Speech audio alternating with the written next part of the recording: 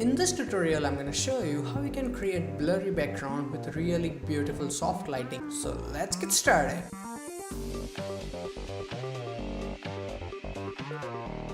Hey, what's up guys, Dhruv here back with another video, and this is the final output and this is the stock image that we are going to use. So to do this, first of all we need to cut her out from the background, and to do that I'm gonna double click on my background layer and then I will hit OK. So the background is unlocked.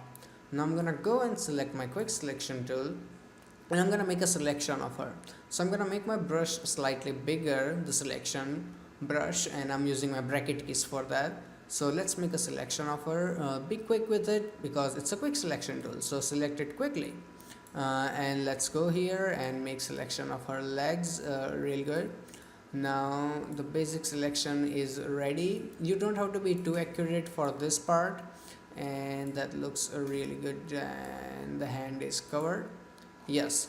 So now as you can see, the selection is also in a lot of outside areas. So to remove that, I'm gonna go and select this -1, and now I'm gonna remove it from the areas where I don't need it. And if you are really close to some detailed area, make your brush smaller, use your bracket keys.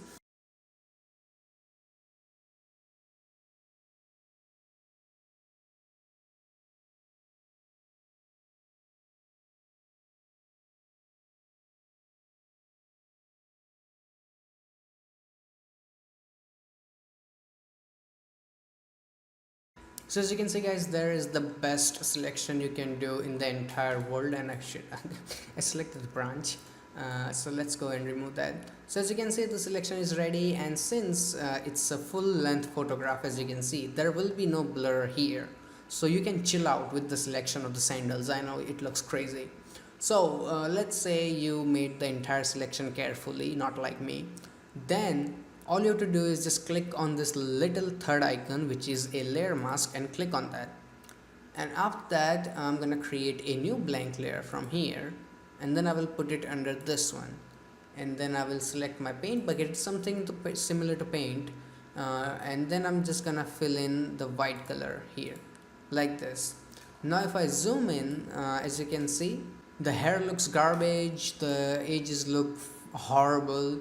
So let's focus on the edges first. Oh, just beautiful selection right there.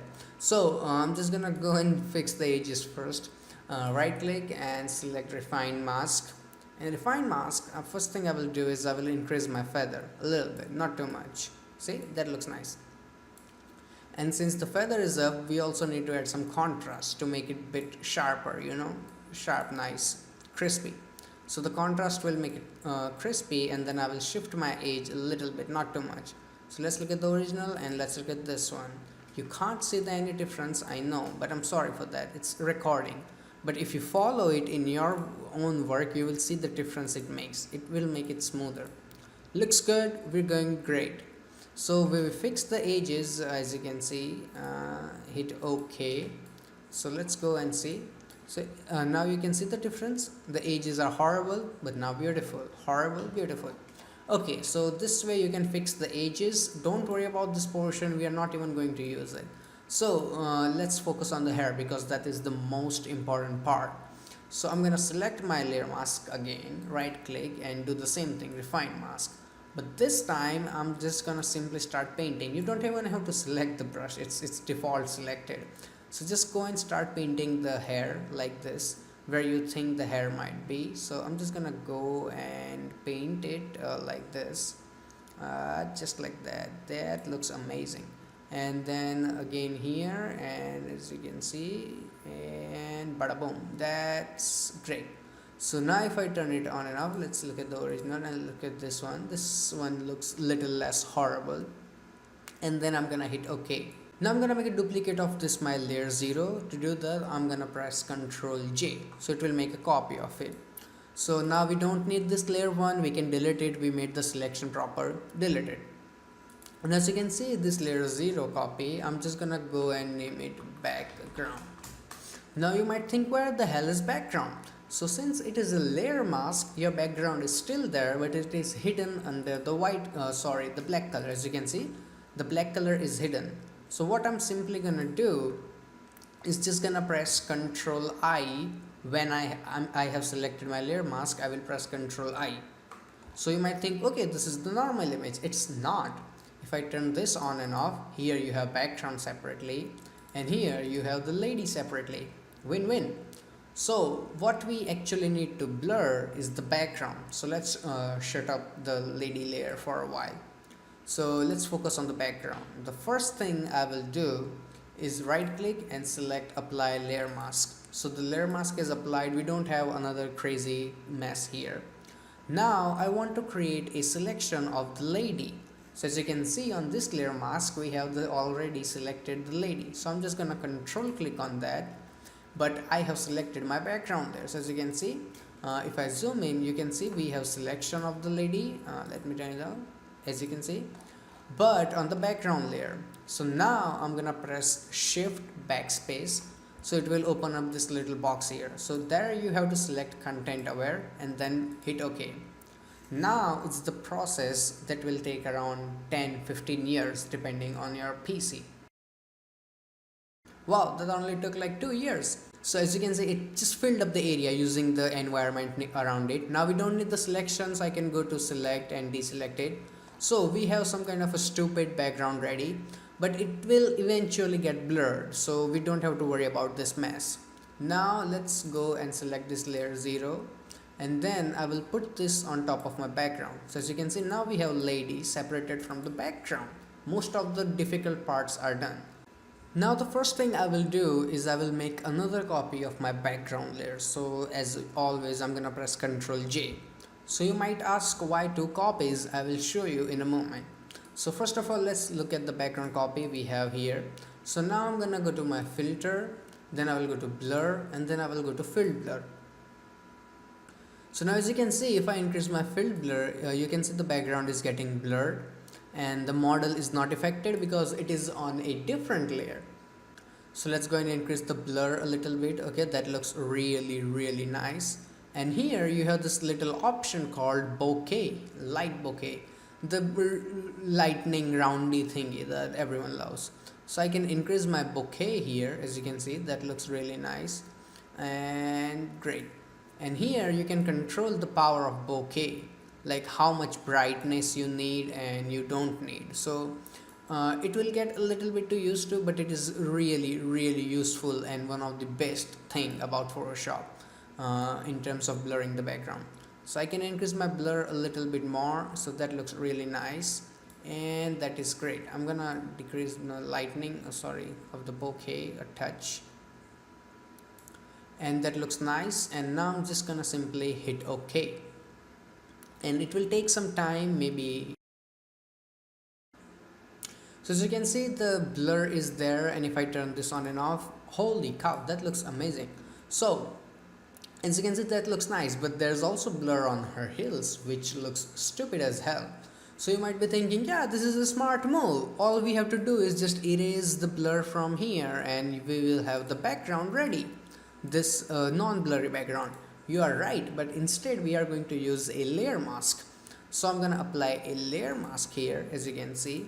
Now the thing with layer mask is that if I paint with black color, it will remove things, as you can see. Black color here. And if I paint with black color, see, it is gone. But if I think, oh my god, I erased way too much, all I have to do is paint with white color and boom, it's back. See, that's the best thing. So as you can see, to make it gradual, I have made my brush really big, and if you go to my settings, eventually, the hardness is 0%. So I'm just gonna remove it using my black color. You can use X key to flip between, so you can save some time, you know.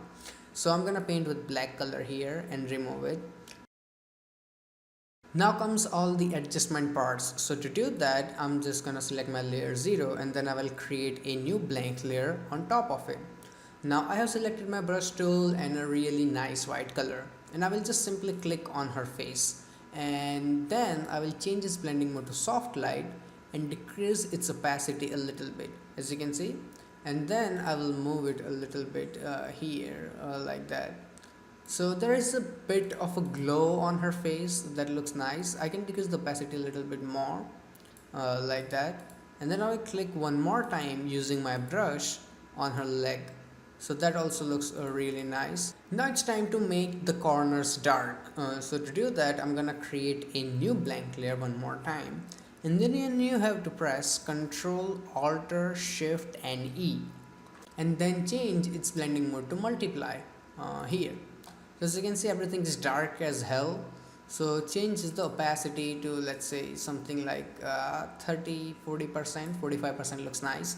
Now I don't need it on entire image, so you can erase it, or I can apply a layer mask and then paint with black color to remove the unnecessary areas.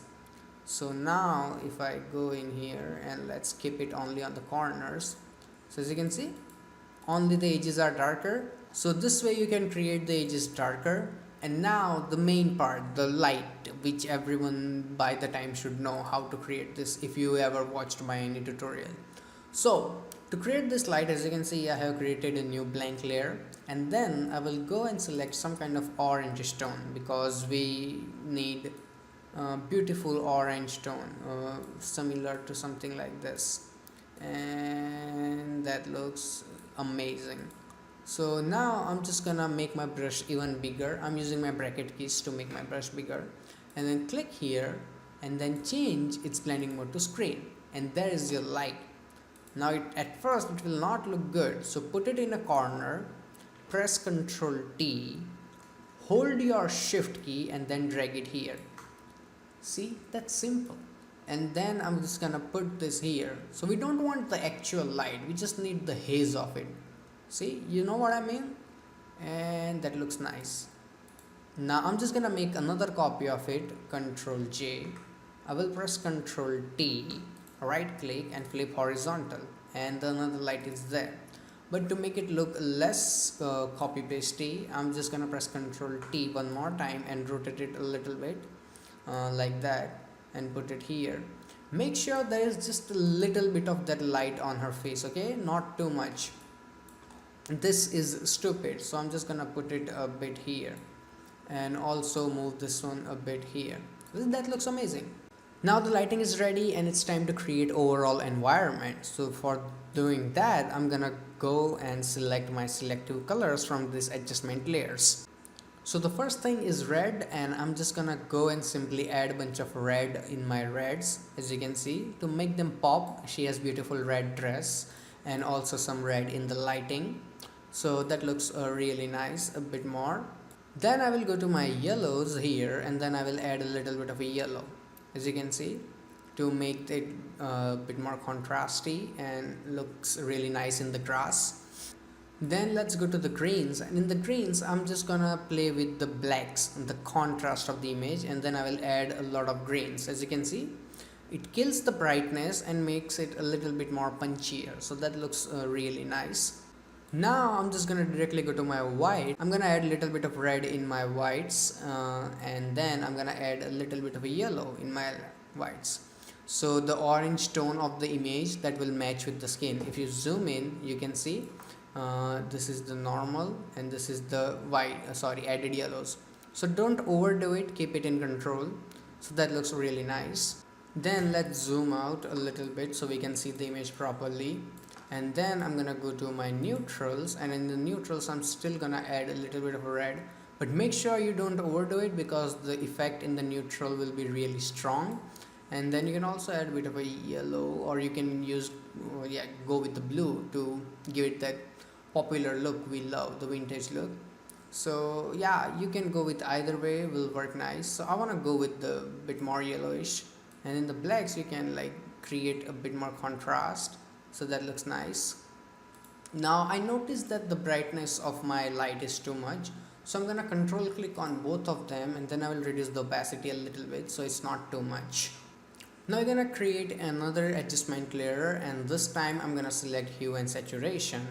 Now what we're simply gonna do is add a little bit of lightness, so it will make the image brighter and open up the black parts. And then I will add touch more saturation, not too much, just a touch, okay? Too much will ruin it, so a little bit. And the lightness 7 seems fine. And now if I turn it on enough, you can see it makes the overall image fresh. And now I'm gonna create one more adjustment layer, and then let's go and select a solid color. And instead of black color, I'm gonna go and select a something similar to black, but not exact black, closer to black. Yeah, that looks nice. And then change its blending mode to where is it, exclusion. So as you can see now, if I turn it on and off, you can see the black parts, they look a little bit more hazier and flat, and the look looks really nice, but it's stronger. So I'm gonna make the opacity to, let's say, 50%. Now if I turn it on and off, it's more subtle. And now the final step, and which is I'm gonna create a new brightness contrast layer and add a little bit of brightness to make image more bright. Maybe 3-4 points should be enough. 4 points looks nice. As you can see, overall punchiness. So now let's finally look at the after before. This is the original file that we started working on, and this is the end file. It's beautiful, isn't it? And if you look at the close-up, it's even more amazing. Let's look at the original one. Boom, and that's the dreamy look everybody loves. So I really hope that you learned something from this video, and if you did, hit that like button so I can know. And if you have any kind of questions regarding this video or suggestions, feel free to drop them in the comment section below. You can click on any of these boxes to learn more soft light effects like this. And you can also subscribe to my channel. You can click on that box, it will take you to my channel. So there I have more than 80 free Photoshop tutorials just waiting for you, and subscribing to me will notify you every time I upload a new video, so that would be handy. So till then, goodbye, take care, and have some fun with Photoshop.